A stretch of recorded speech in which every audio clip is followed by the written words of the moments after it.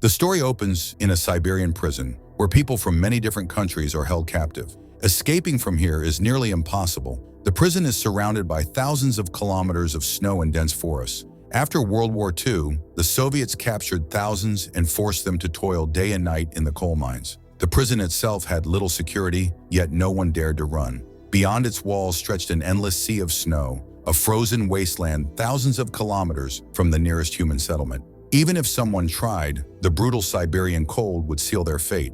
In this land of ice and silence, no prisoner could even dream of freedom. Among these prisoners is a Polish army officer named Janusz. Falsely accused of several crimes, Janusz is forced to sign a confession, but he refuses. Frustrated, the interrogating officer brings in Janusz's wife. Tears streaming down her face, she tells them that Janusz is her husband, that he despises the Communist Party, and that he spies for Poland and other countries. Janusz is stunned, but as he looks at her, he realizes the truth. They have tortured her into giving a false statement. On the strength of that lie, Janusz is sentenced to 20 years in prison for espionage and sent to the Gulag labor camp here in Siberia.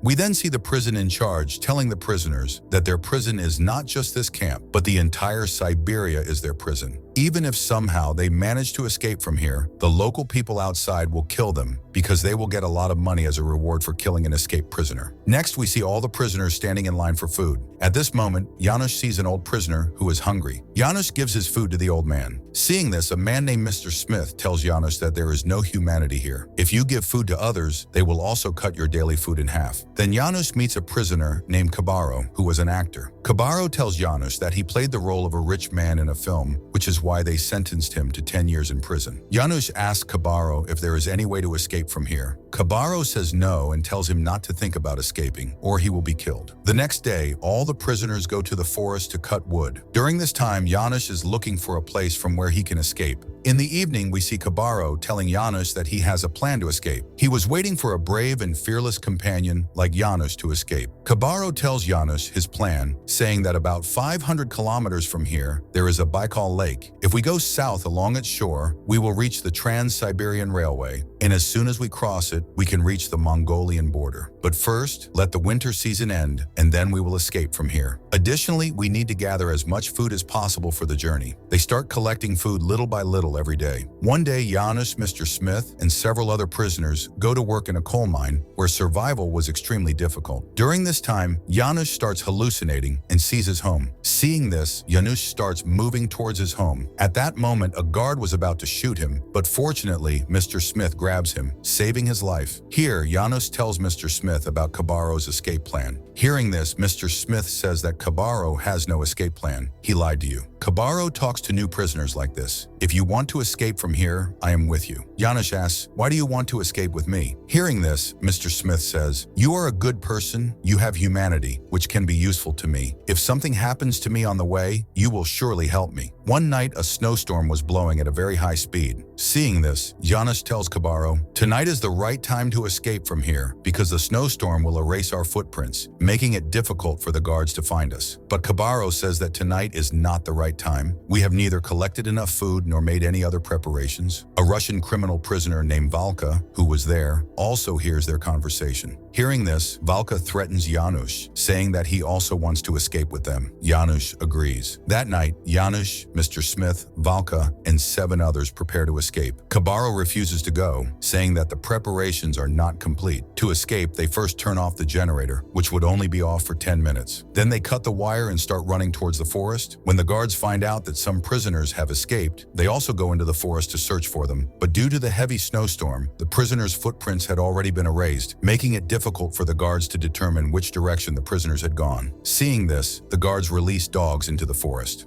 On the other hand, the snowstorm was also making it difficult for the prisoners to move forward. But with the help of Valka's knife, they peel the bark of a tree and make full face masks, and then they start moving forward. By the time morning arrives, they had come very far from the camp, where there was no chance of the guards coming. Now they sit in one place and gather all the food they had brought, which was enough for a few weeks. After resting for a while, they start their journey again. They had to reach the Mongolian border via Baikal Lake in the south, which would still take them many days. Janusz, using the sun's help shows everyone the way. They continue their journey forward, and when night falls, they rest in a forest. To light a fire, they all go to search for wood. One of them, a boy named Kazik, could not see at night, a fact known only to one of his friends. Kazik gets lost while searching for wood in the forest. When everyone returns with the wood, they don't see Kazik, so they all start looking for him, but they can't find him anywhere. In the morning, they see that Kazik was sitting nearby, but unfortunately, he had frozen to death due to extreme cold. Seeing this, everyone is sad. Janusz says, "Today, a free man has died."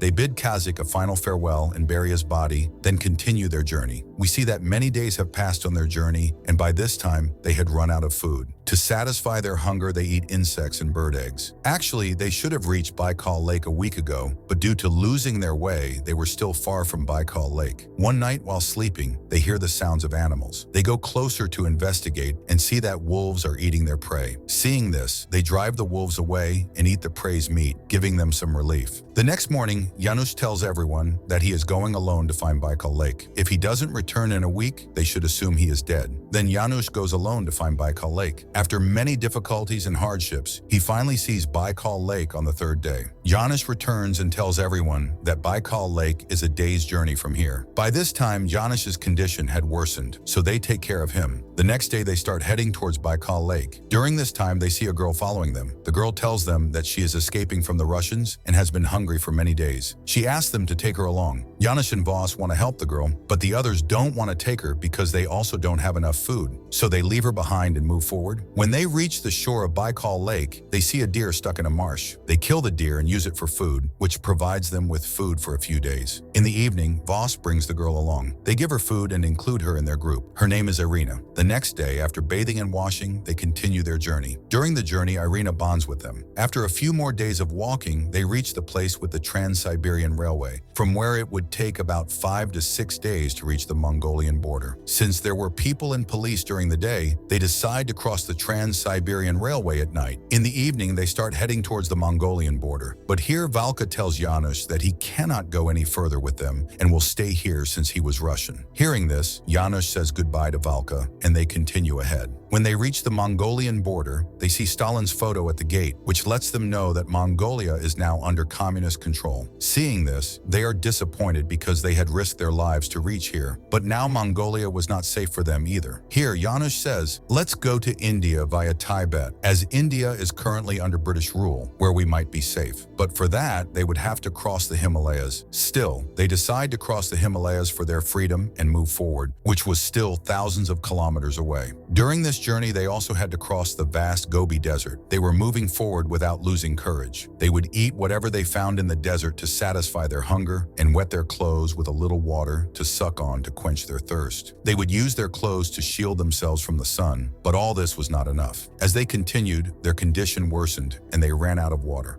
Meanwhile, Mr. Smith sees something like trees far away to the east, making him think there might be water there. Janusz says that it's an illusion and that they should head south, but Mr. Smith doesn't listen to Janusz and starts moving towards the place where he saw trees. Fortunately, there was indeed a well with water there. Seeing this, they are very happy and drink plenty of water from the well. Since there was water, they wanted to stay there for a few days. However, Janusz reminds everyone that although there is water, there is no food. Without food, they would become weak and might not be able to walk, so they all decide to move forward. The next day, they carry as much water as possible and continue their journey. Their journey was becoming more difficult day by day. Meanwhile, a large sandstorm hits the desert. Fortunately, somehow they manage to survive the storm, but most of their water spills and is wasted. Still, they continue to move forward. Meanwhile, Irina collapses while walking. Her feet were badly swollen, but she continues to move forward so that she does not cause any trouble for others. However, after walking a little further, Irina collapses again, and unfortunately, she dies. They pay their respects to Irina and continue their journey. After a few days of travel, another one of their companions, named Thomas, also dies. Now only 4 of them were left. As days passed, they became extremely weak, and their spirits were also breaking down. Now Mr. Smith had almost given up. He tells Janusz, "I can't go any further." Hearing this, Janusz mentions the name of his son, who was killed by the Russians a few years ago, to boost his morale. After that, Mr. Smith gets motivated, and they all continue their journey. After a few days of travel, they manage to cross the desert and reach a place with water where they even kill and eat a snake. After walking for a few more hours, they reach the Great Wall of China, but they can't enter China because there was a war going on between China and Japan. Then they start climbing the snow-covered Himalayas towards Tibet. During this journey, they reach a monastery where they are warmly welcomed and arrangements for food and shelter are made for them. Here, a monk tells them that to go to India, they have to go via Sikkim, but they cannot go now because a snowstorm might hit the route. However, Janusz wants to leave immediately. Mr. Smith tells Janusz that he will go to Lhasa from here and then to China because there is a U.S. military operation going on in China. He plans to take their help to return to America. The next day, we see Janusz and the remaining two continue their journey through the Himalayas. In some time, they successfully reach Sikkim, where the villagers help them. It is then revealed that Janusz could not return to his home in Poland for 50 years because Poland was still under communist control. Only after Poland became free in 1989 does Janusz reach his home, where the same scene he used to see in his hallucinations is before his eyes. This time, he successfully retrieves the key from under the stone near the door and opens the door. Inside the house, Janusz's wife is there, who has now grown old. Seeing each other, they become emotional and embrace, and with this, the film ends. If you enjoyed the video, don't forget to like the video and subscribe to the channel. I'll see you in the next one.